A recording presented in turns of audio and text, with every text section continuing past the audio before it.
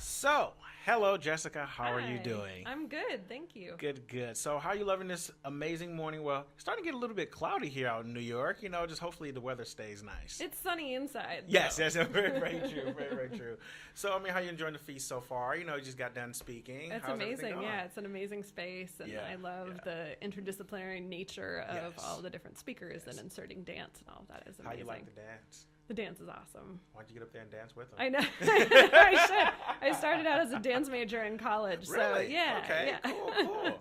All right, so tell us about just your mental process of knowing that you're coming to a place like this. Just what is it like when you get up in the morning, and what are you thinking to yourself, and just some of those little steps that you go through just to say, God, I gotta go do this. All right, what do I gotta do now? Well, I am definitely an adherent to, spending some time meditating when I get up in the morning. Yes. Just taking those few moments to take some deep breaths and just Okay. kind of recenter myself. Good. When I'm speaking somewhere, I also tend to, I do the power pose. I don't know if you've heard of the power pose. Yes, but, I have. the power pose is like Yes, sort of yes. embarrassing if people catch you doing it, but it actually does help. So do a little power posing, and then tend to just kind of, by the day of a talk, I've thought about what I want to say. Yeah, Try exactly. not to focus on kind of memorizing it too much. I had Yeah. someone tell me once that everyone likes the smell of fresh baked bread, and if you come up with a talk that's like way too rehearsed, where every single word coming out of your mouth sounds like you've memorized it Yeah, and they'll recited feel it for it. a million times, they'll feel it. Yeah, So yeah. try to keep some of it structured, some of it kind of loose. Good. Yeah. So what did you eat? What did I eat? What did you eat for breakfast? I had eggs and toast for breakfast, a little protein. All right, that's it? Yeah. Where's the bacon? Where's the sausage? We Come don't on. have any bacon at home. Nice. Yeah. So you're here at the feast. What have you seen so far that's already been inspiring and just kind of like an aha for you? Although it's early, Yeah. I know there's been a lot going on. So what have you seen from your perspective?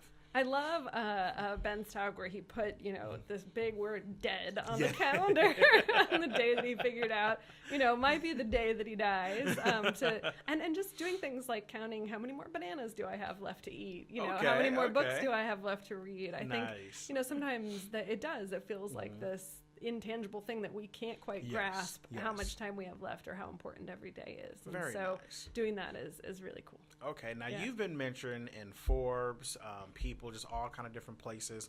How do you take yourself kind of out of that and even look at your own work and say, I'm that person, but they may not know the real me. So how do you separate that and even sometimes put that together, just say, that's me and then that's me as well? How does that feel? Yeah, I mean, it still feels strange to ever be sort of recognized for doing something or to even sort of be on stage. It's this interesting thing where I feel like, every person sitting in the audience has stories to tell and has experience and has opinions and has a view of the world that's different than mine. And so it's a really special thing that I feel very grateful for, to be able to get up on stage and share what I've learned and what I know with people. And so I think I try to bring that level of humility with me wherever I go. Yeah. So as a powerful woman, what would you tell yourself if you were sitting in the audience at 12 years old and you saw you on stage? What message would you have to yourself at that point? Well, it's funny because at 12 years old, I hated public speaking.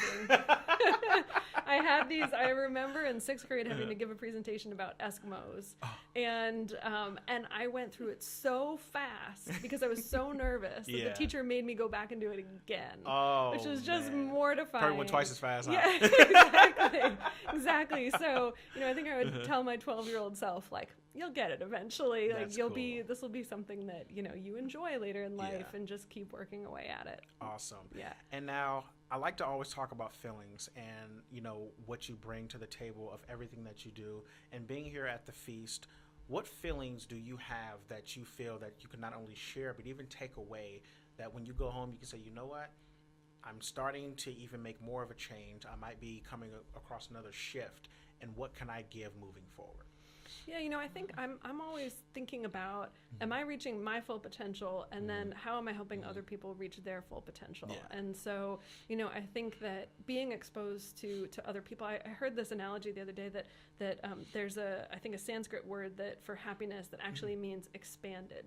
And I love that concept of the idea that like you gain in happiness when your view of the world is expanded. And I think that that's one of the things that coming to something like the feast does, is that it gives you that opportunity to have an expanded worldview. Cool. Biggest thing you're looking forward to at the feast?